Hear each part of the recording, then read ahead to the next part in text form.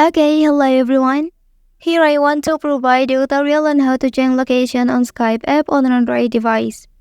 Well, if you have moved to a new location or you are traveling, updating your location on Skype can help protect your privacy by ensuring that your contacts know your current whereabouts.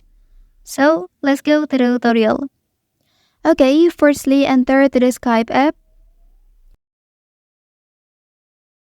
So on this page, click your profile here. After that, select Settings menu. Okay, and then tap on Account and Profile here.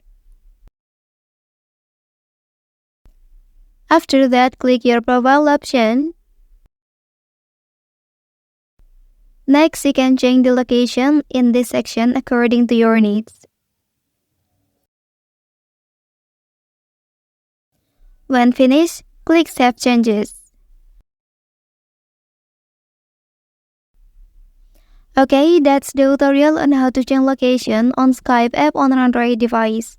If you are helped by this video, don't forget to like and subscribe to get other information from this channel. Thank you.